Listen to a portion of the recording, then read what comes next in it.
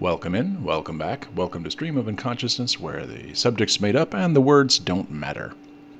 Today I thought we'd go through a part of a project I've been working on. I had initially done a little vignette of Bill Cipher from Gravity Falls with one of the journals, if you're familiar with that show, and encased the little vignette in clear resin. Continuing on from that, since she seemed to enjoy it, I decided to do one also for her sister. And the information I got from her mother, my sister, was that she might be interested in the monster Catalyst from Singing Monsters. So I thought I would make one of those and then make a little vignette and put it in some clear resin. And, hopefully that will turn out altogether all right and she will enjoy it. So here we go. 3, 2, 1, let's jam.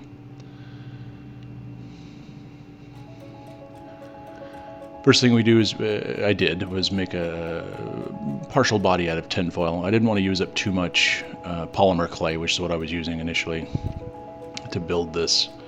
I find my control over polymer clay is not as good as I would like, but I do like the fact that I can, it's sort of Sculpey Beyond, right? Or Sculpey 2, it's in the Sculpey family. So I can do some stuff, get it where I want it, and then bake it, and then bring it back, do some more stuff, bake it some more. It doesn't really harm the polymer. I'm more used to working with epoxy putties, so there's a time factor there as far as curing times and that kind of thing. And I feel I have a little more flexibility, but I also have more familiarity with that. So, it's a little column A, little column B. It's all good. But basically pressing the initial polymer clay into and around the tinfoil body just to get the basic generic shape that I want to start with the body. That way we have something to build off on later.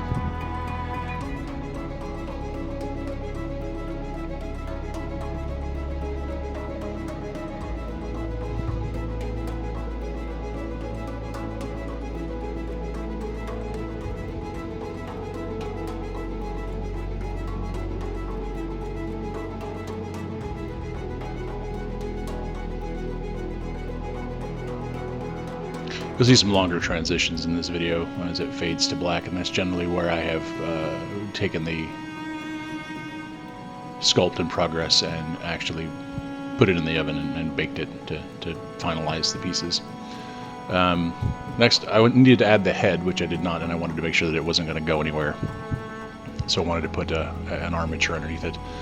And I also realized that the legs were a tiny bit too short, so I may need to add a little extra length there.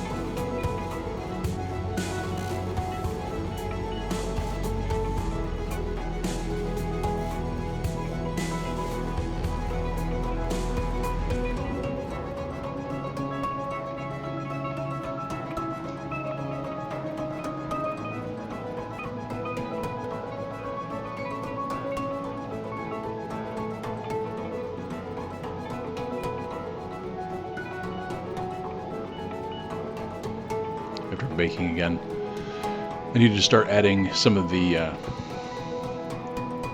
colors on top. Well, I needed to fill some of it out with the initial color. So what basically the colors we're looking for here were a excuse me, medium gray body with some dark gray and or black stripes, and some light gray, and then white patches for the feet, the face, the hands. So as you saw from the opening picture of the video, that's basically the reference I was using for this.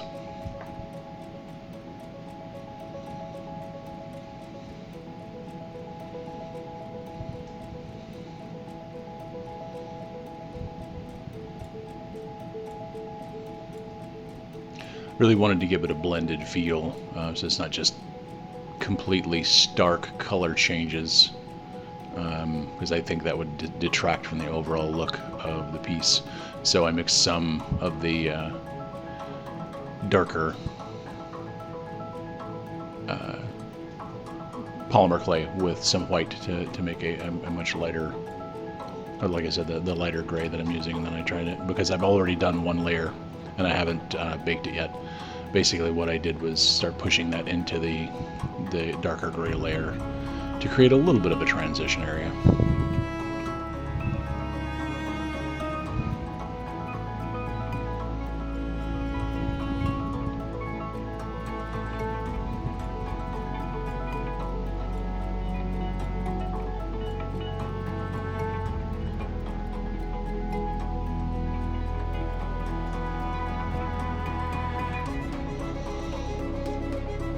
For the feet and the arms and the face, I wanted pure white. That's really how the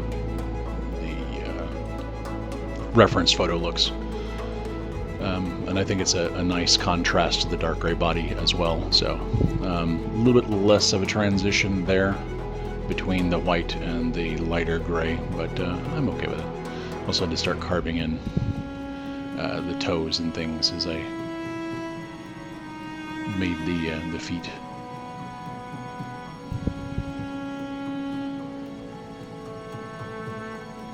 Again, much easier to push some of these details in while the polymer clay is still fresh and uncooked, so to speak, than it is to carve them in later. Much cleaner.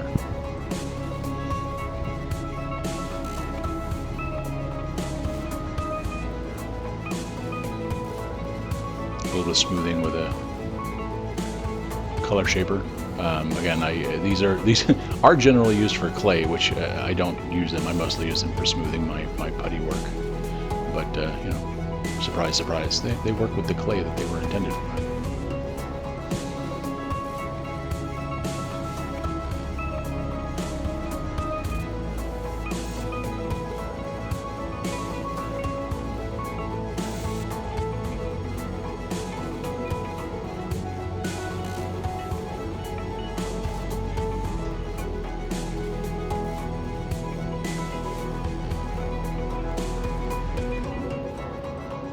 Once again, removed from the oven after a little baking to make sure things are set, and I need to add a little more white. There's a white splash on the chest as well as the face of the figure. I need to start getting that into place.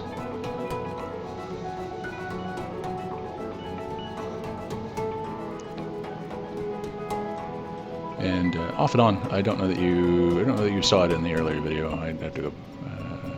I made some cuts in this video, but I also, along with smoothing the clay out, I did use an actual paintbrush to go and brush the polymer clay while it was still uncooked to get a fur-like pattern into the clay that I wanted. I tried a couple of different methods. I had tried some sandpaper, I didn't like that. I tried actually carving it in with a small X-Acto knife, but it didn't give me the look that I wanted for this particular figure. I found out that utilizing the paintbrush and using shorter strokes actually gave me the look that I wanted for the figure. Here we can see the paintbrush being used on the back to try and get some of that pattern, some of that detailing in the back.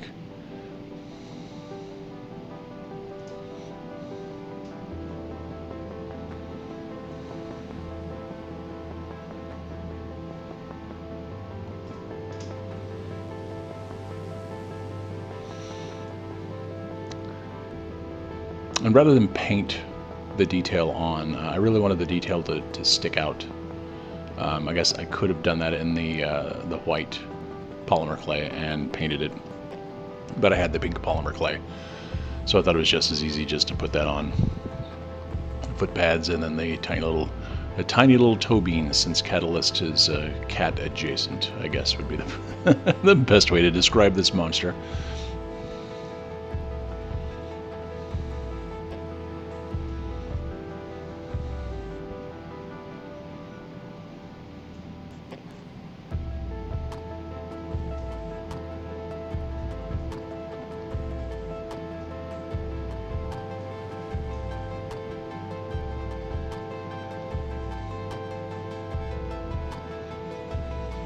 Once again, out of the oven. Time to start adding some more details, specifically the face. At least the lower part of the face. The lower part of the face has to be, from about the eyes down, needed to be white to match the reference picture. We went with a little bit of gray as a transition between the white and the darker gray of the top of the head. Smooth that all in there. Start getting some of the detail carved in, excuse me, with the paintbrush.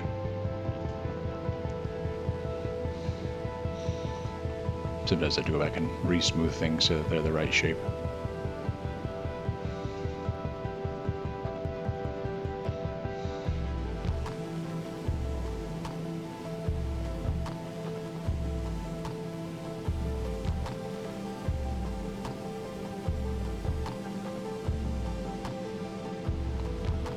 Divots for the eyes. Again, I could have cut the eyes in and just left it and painted it, but I really wanted at least the initial part of the eyes to be a separate polymer clay, which I had some that I wanted to use specifically in the color that I wanted to use.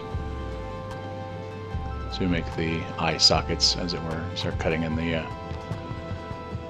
the mouth area.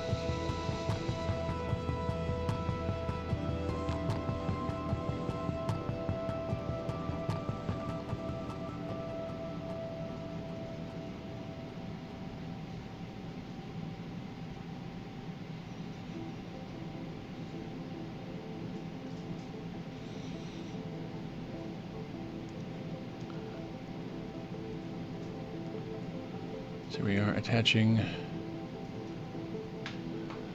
the next bit, which I decided to do off camera because sometimes I forget the camera's there. But again, pink polymer clay for the nose, excuse me, as I thought it popped a little better than just having it painted. And then it has some really nice, almost fluorescent green that I thought would be really cool for the eyes. Something that the color of the clay would be more pop, would have more pop than just painting them green. Because the clay, the polymer clay itself can be a little bit translucent, so.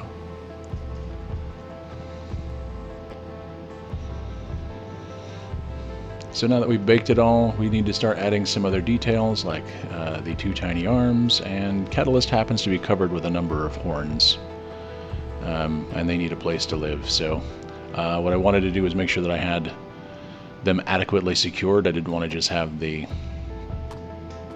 horns stuck on and then possibly get knocked off. Even though this is going to be encased in resin, I didn't want to take the chance. So I have holes for the arms and holes for the horns. Here we are using the white polymer to sculpt the arms, so to get them the way I wanted them before I attached them. As a, you know, obviously once you glue them in, you can't really put the thing back in the oven. That ship has sailed. You don't really want to put super glue in the oven. So while those arms were baking, I decided to finish up the very simple base that I had done. I'd already poured some brown resin, actually some clear resin with some brown tint in it, just to get that base. And I had some old hobby brick flooring that I decided would make a nice base for this. Basically cut it to size-ish. I could have cut it to size better. Then glued it down. I ended up having to trim off a little bit of it was a little bit of overhang that I needed to trim, but it did fit reasonably well. And it looks good. I like the look that it achieved.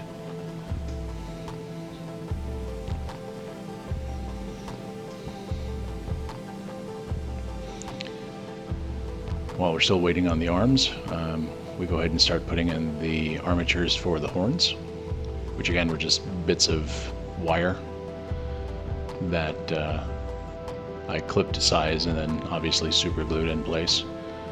As you can see, it went all the way down the back with these things.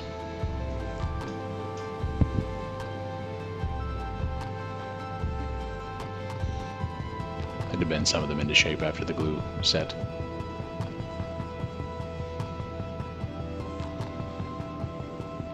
And here I started mixing actually some epoxy putty, since I couldn't, once I had the super glue on it, I could no longer put it in the oven.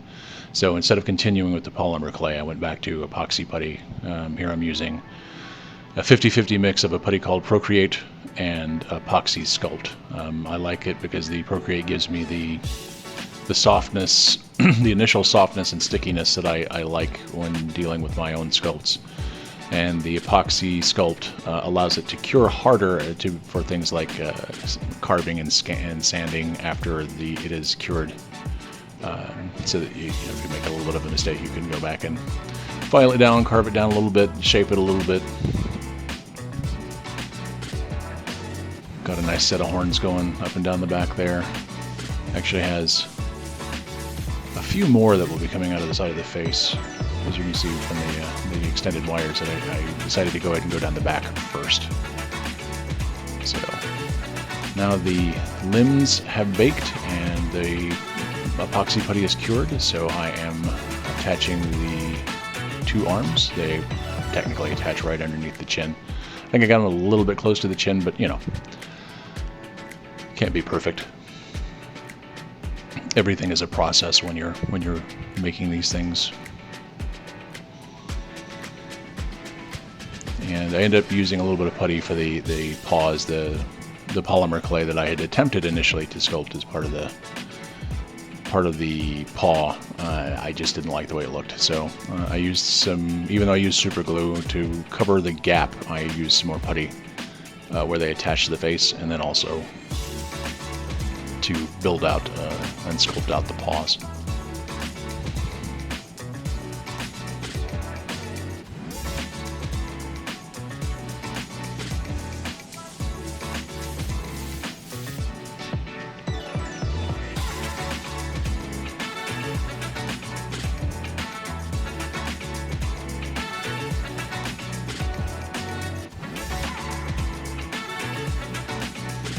Little curing. Now we need a little bit of paint. So we want to have paint around, black paint around the eyes. We want to have black paint around the mouth, just to give it, you know, again, so that it pops, so that we can see it. I don't think there's something this size. There's not enough natural shade for the mouth to stand out. Again, outlining the eyes.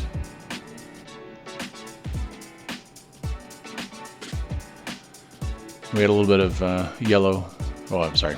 I got ahead of myself. Now we start adding the black stripes to the body, or dark gray stripes.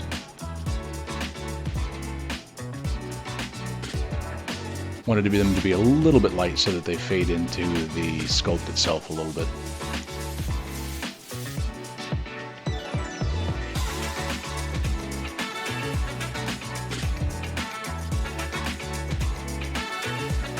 Now we cover the eyes. So added a little bit of yellow paint over the top of the eyes. It's sort of a highlight, really. Again, the green polymer clay really does the job, but I wanted to make sure that it had some more pop to the visualization. Excuse me. And then it had, as you notice it from the initial pick, the reference pick, the Catalyst has some bands around its legs which it plays, and I was trying to figure out how best to do that. I ended up going with a thick thread. So there you go, you can see the thick thread added and glued in place. Now we add the base to the mold box, which is silicone, and then we begin our mixing of the deep pour clear resin. Again, I'm not as familiar with the deep pour clear resin as I am with some other resins, but you know, there's a lot of trial and error here. Pour them together, 2-to-1 ratio, and mix. Approximately 10 hours later, these things do take a while to mix. So And interestingly, one thing happened that I was not expecting is that the figure started to float when I started pouring the resin. Pull it out of the mold, and I can already tell there's some issues, which we will go into here briefly. So when I poured this, there were some bubbles that I was concerned about because I hadn't seen them when using this resin before. So I put it in the pressure pot to get rid of the bubbles. And unbeknownst to me, there was some air trapped somewhere, either underneath the base itself or between the resin base that I had cast and the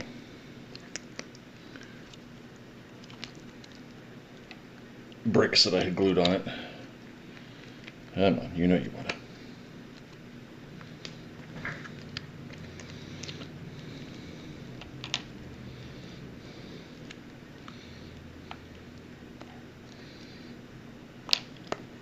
There we go.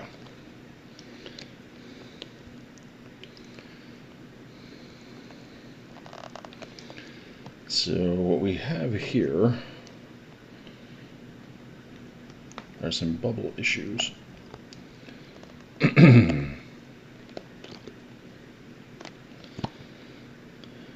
Which I did not anticipate. That one especially. Oh god, that is not at all what I wanted or intended. So, now, we might just be able to fix some of this by pouring more resin over the top of it. This is going to be a problem. I'm likely going to have to drill a hole into that. And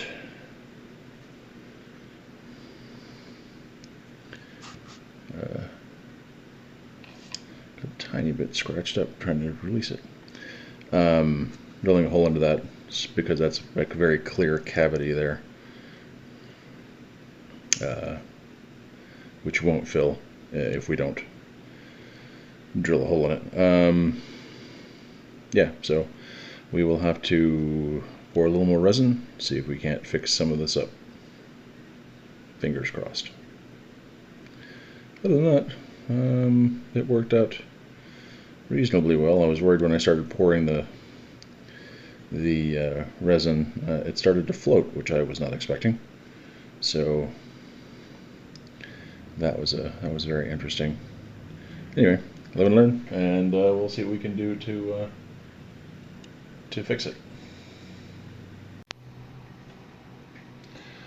And here we go after the failure of the casting previously, or that I should say the resin pouring previously. Got some bubbles in there. I think I figured out what's going on. I poured some more resin in here. It's going to end up with bubbles regardless. Some small ones that are trapped inside that I can't do anything about.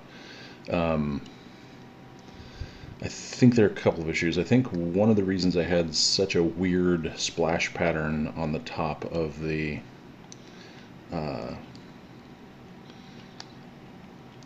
resin, I think when I put it in the pressure pot, I was not paying attention, and I actually put it directly underneath the spigot where the air would come in. And the air is coming through, you know, at pressure. It's got to bring the pressure pot up to 60 psi. So I think part of that problem was the air was that is becoming more and more difficult. The air was blowing directly on it, which is why I got that weird ripple pattern across the top that I had to hopefully has filled a little bit. But I turned it sideways and I drilled into the large bubble and cut a piece out of it, refilled that giant bubble with resin, and allowed it to, there we go, I let it to drip over the top to hopefully fill in that area as well. That actually filled in pretty well. Here we go. Here is the, and I got some voids in the back, but they're in the back. I might be able to live with that. Some places where it didn't fill completely, but it did fill the weird ripples in the top, and that's pretty good visibly. I have to decide if I want to, this is how I want to deal with it, or if I want to add just a little bit more. This is someone's birthday present. They don't know about it, but my mind tells me they're kind of waiting for it. So that's going to be the real test. Is, do I try one more time to fill in some of the other divots that didn't get filled with my last attempt, or do I just go ahead and let her have it? But there we go. That's the trials and tribulations of trying a new casting resin. I had never, before I started working with these, I had never worked with deep pour clear resin before. All the stuff I was using came from Smooth-On, and I had never actually gotten any of their clear resins. I'd always used basic white resin from them for the stuff that I was doing, because it was easier to color and that kind of thing, to tint. Yeah.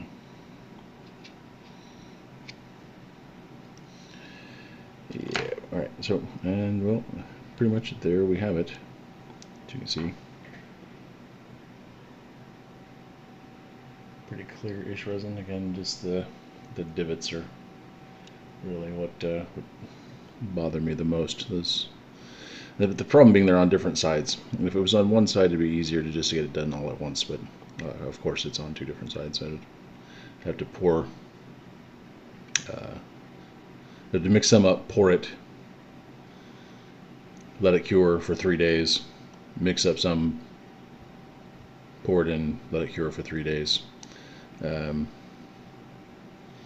again, because of the huge bubble here that was here, we've got some smaller bubbles now encased in the new resin. And I think that's probably from the outgassing, just simply for the fact that I don't think the resin that I was pouring it into was completely cured. And I think some of the outgassing probably caused some small bubbles that didn't have any place to escape. So, but there we go. Other than that, not a bad thing. Again, learning process. So there we have it. Thanks for watching. Feel free to like, comment, subscribe. Throw out tips in the comments. And we will catch you next time.